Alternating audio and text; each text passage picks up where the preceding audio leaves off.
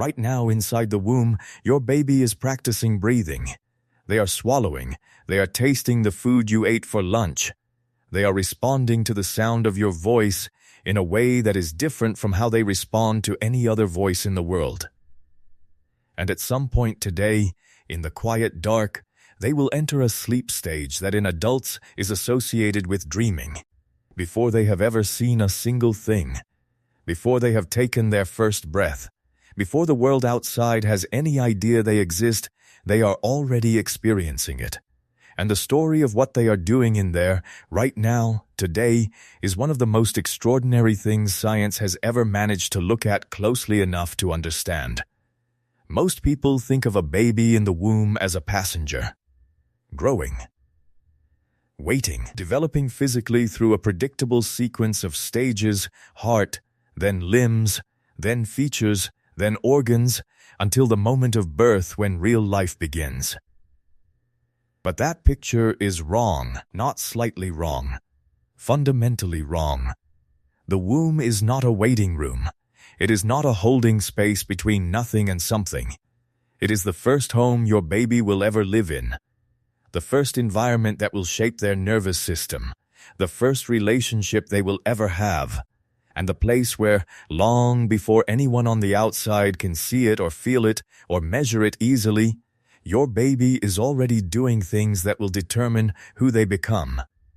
The science of what happens before birth has been quietly rewriting everything we thought we knew about the beginning of human experience.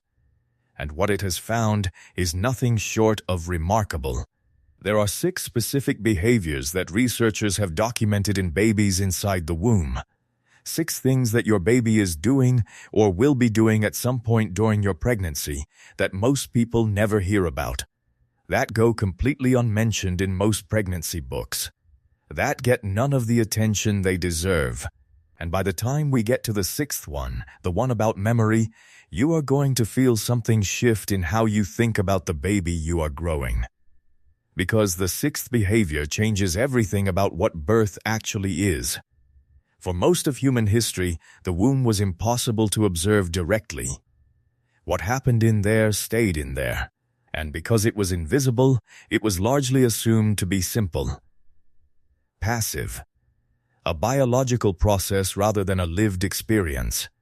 Then came ultrasound technology and fetal research, and the ability to measure hormone levels in amniotic fluid and track brain activity in developing fetuses with increasing precision.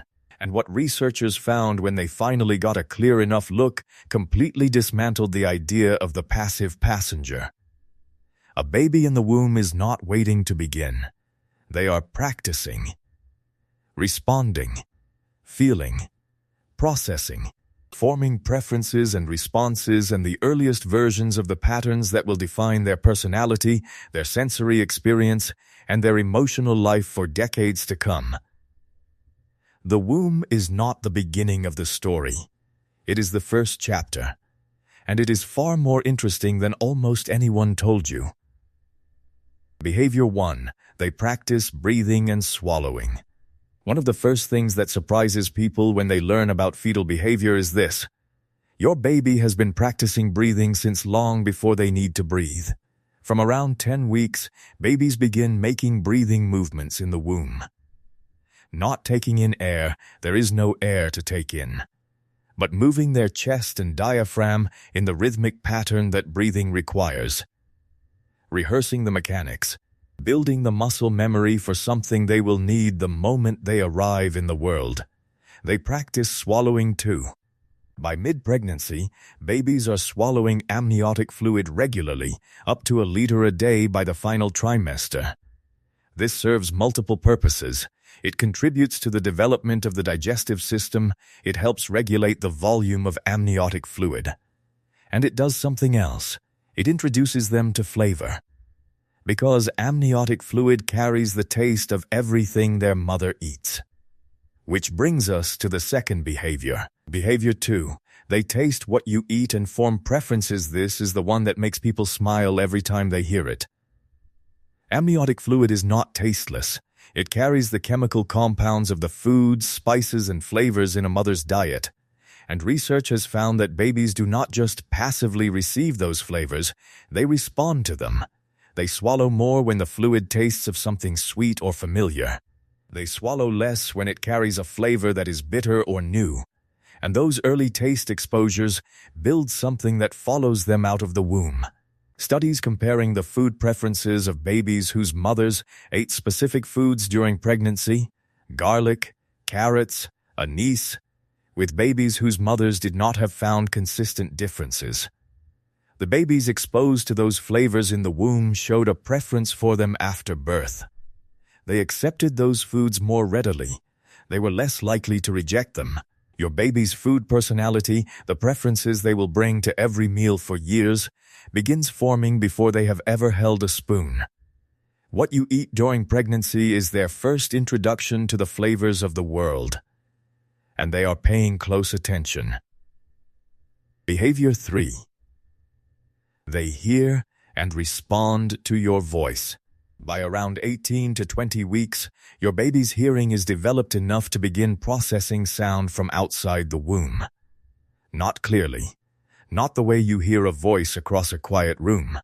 Sound filters through tissue and fluid and arrives muffled and changed. But it arrives, and among all the sounds that reach them, other voices, music, the sounds of the outside world, one registers differently from the very beginning. Yours. Research measuring fetal heart rate responses to different sounds has found that babies respond to their mother's voice in a way that is measurably distinct from their response to any other voice. The heart rate changes differently. The movement patterns change. The baby responds to their mother's voice the way a person responds to something familiar in an unfamiliar place, with recognition. And that recognition does not begin at birth. It begins here. In the weeks and months before birth, your voice is already becoming home, already being filed in a developing nervous system as the sound that means safe, known, and near. Every time you talk, to yourself, to others, or directly to the baby you cannot yet see, you are introducing yourself to someone who is already learning who you are. Behavior 4. They dream. This is the one that tends to stop people completely. From around 23 weeks, babies in the womb begin to show REM sleep. REM stands for rapid eye movement, the sleep stage that in adults is associated with dreaming, the stage where the brain is most active during sleep, where memories are processed, where emotional experiences are sorted, where the sleeping mind is doing something that researchers are still not fully able to explain. In the womb, a developing baby spends a significant portion of their time in this state. Their eyes move beneath closed lids.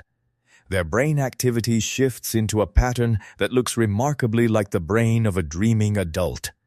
And the question that science cannot yet answer, the one that once planted in your mind is almost impossible to stop thinking about, is this. What does a baby dream about before they have ever seen the world? Nobody knows. Not fully.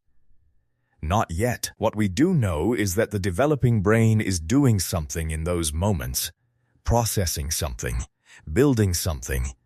In the quiet dark of the womb where no one can see, a tiny mind is already at work, and something about that is almost too beautiful to hold. Behavior 5. They feel and respond to your emotions. This is the section that matters most for every pregnant woman watching. The placenta is a remarkable organ. It transfers nutrients, oxygen, and the building blocks of life from mother to baby. But it also transfers something else, cortisol. Cortisol is the body's primary stress hormone, and research has found that when a mother experiences sustained stress during pregnancy, not the normal everyday stress of a busy life, but prolonged chronic stress, elevated cortisol levels can cross the placental barrier and reach the baby. When this happens consistently over time, it can influence the developing stress response system of the fetus, can set a higher baseline sensitivity in a nervous system that is still deciding how alert it needs to be in order to survive in the world it is about to enter. This does not mean that a stressful moment or a difficult week or the entirely normal anxiety of pregnancy causes damage. It means that the baby is listening, even to this. But here is the other side of that same research, the side that matters just as much.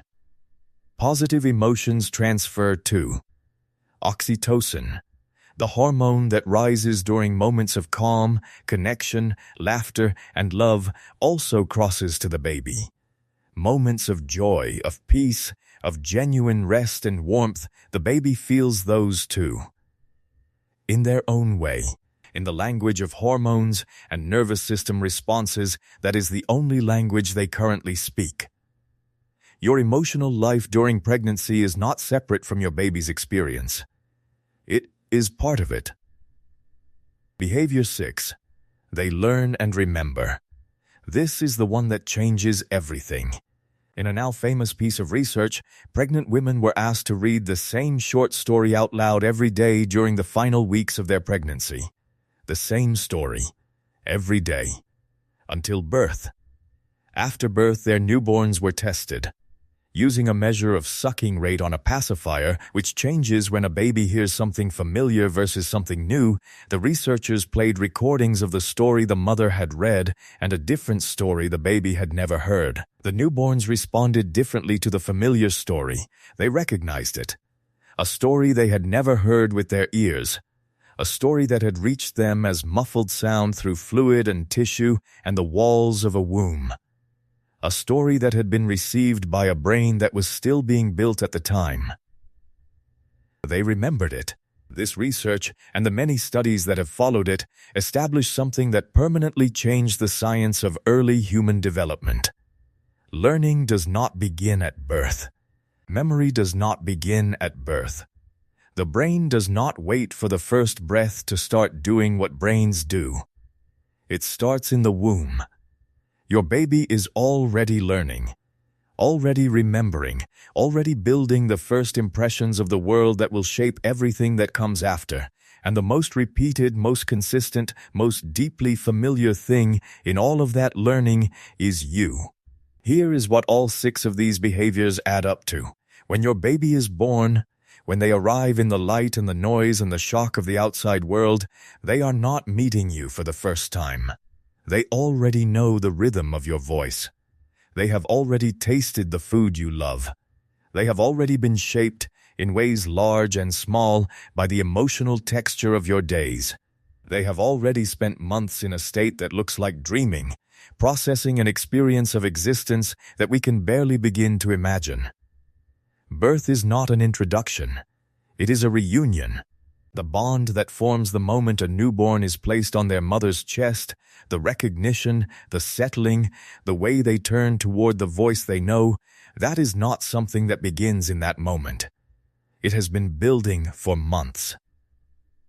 In the dark. In the quiet. In the most private and extraordinary process in all of human experience. But before the emotion transfer section sits too heavily, this needs to be said clearly. Normal pregnancy stress does not harm your baby. Worrying about the birth, feeling overwhelmed by the changes in your body, being anxious about whether you are ready, crying more than usual, having hard days and hard weeks, none of that is the chronic, prolonged, severe stress that the research is describing when it talks about cortisol transfer effects. Your baby is not fragile. The womb is not a perfect environment that one difficult month can ruin.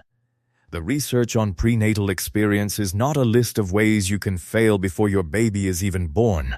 It is a window into how responsive and aware and already present your baby is. And if you have had a hard pregnancy, if stress has been unavoidable and rest has been impossible and the experience has been far from the peaceful, glowing picture you were sold, your baby is still okay. And so are you. Now here is the question that scientists genuinely disagree about. Does what happens in the womb permanently shape a baby's personality and emotional life? Or is the brain flexible enough after birth to overcome whatever prenatal environment it developed in?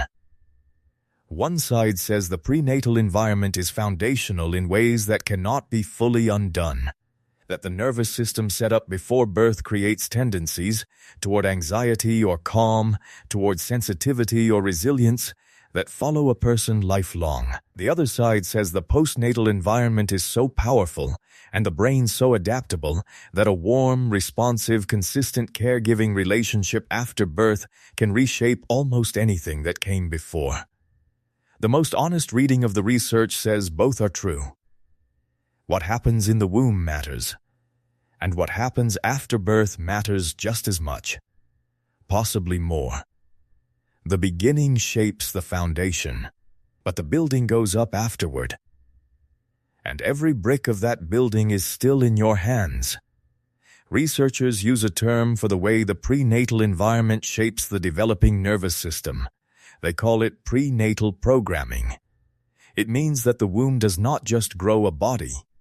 It grows a nervous system that is already being calibrated to the world it is about to enter, already adjusting its sensitivity levels, its stress response thresholds, its basic orientation toward the environment based on the signals it has been receiving for months.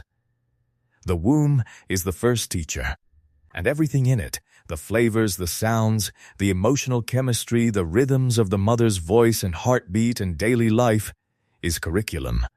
Your baby is not waiting to start learning from you. They started months ago. If this is changing the way you think about what is already happening inside your pregnancy, or if it is making you see the earliest days of your baby's life in a completely new way, this channel is exactly where you need to be. We talk about the real science of babies and child development every single week. Hit subscribe right now so you never miss what comes next. Here are 4 things you can do during pregnancy that directly benefit your baby's developing brain and nervous system. First, talk to your baby out loud every day. Not because they understand the words, but because the sound of your voice, repeated, warm, calm, is being received and filed. You are building recognition before birth. You are giving their developing auditory system a familiar anchor in an unfamiliar world. It does not matter what you say. It matters that you say it to them like they are already listening, because they are. Second, eat a varied diet when you can. Not perfectly, not expensively, but with variety where it is possible. The flavors you introduce through amniotic fluid are your baby's first experience of food. Babies exposed to more flavor variety in the womb tend to be more accepting of new foods after birth. Every meal you eat is an introduction to the world's flavors for a baby who is paying closer attention than you know. Third, find one moment of genuine calm every day. Not a spa day. Not a perfect hour of meditation. One moment. A few minutes of quiet. A warm bath. A walk outside. Anything that allows your nervous system to come down from alert and rest. You cannot eliminate pregnancy stress, but you can create small, daily windows of calm that send a different hormonal signal to a developing nervous system that is listening to all of it. Fourth, play or sing the same piece of music regularly in the final trimester. Research on newborn recognition of music heard in the womb is consistent and remarkable. A song your baby hears repeatedly before birth becomes a familiar signal after birth. Something that can help calm and orient a newborn in the overwhelming sensory flood of the outside world. It costs nothing. And the look on a newborn's face when they hear something they already know is something you will never forget. You are not just growing a baby. You are already parenting one. Every meal, every conversation, every moment of calm you find inside a difficult day, every time you put a hand on your stomach and say something out loud to someone you cannot yet see. That is parenting. Real, meaningful, biologically significant parenting. The relationship has already started. The bond is already forming. The baby already knows more about you. the rhythm of your voice, the texture of your emotional days, the flavors you love, than you might have imagined possible at this stage. You are not waiting to become their parent. You already are one, and you have been for longer than you knew. The first person your baby will ever know is you, not from the moment of birth, from long before it. They know the sound of your voice before they have ever seen your face. They know the rhythm of your heartbeat before they have ever heard anything else. They have been shaped, in ways quiet and deep and permanent, by the experience of living inside your life before they were ready to live outside of it. And when they are finally born, when they arrive in all the noise and light and overwhelming newness of the world, and they hear your voice across the room and turn toward it, that is not a coincidence. That is recognition. That is a baby finding the one thing in a completely unknown world that they already know. That is the first relationship they ever had. The one that formed in the dark, before words, before faces, before any of the things we usually think love requires, announcing itself out loud for the very first time. You were their first home, their first sound, their first experience of being known. And the extraordinary thing, the thing that the science keeps finding new ways to confirm, is that they already knew you back. Before you ever held them, before you ever saw their face, they already knew. If this gave you something real today, a new way of seeing the life that is already happening inside your pregnancy, share it with someone who needs to feel this wonder too. And subscribe, because your baby's story started earlier than you thought. And we are here to help you understand every chapter.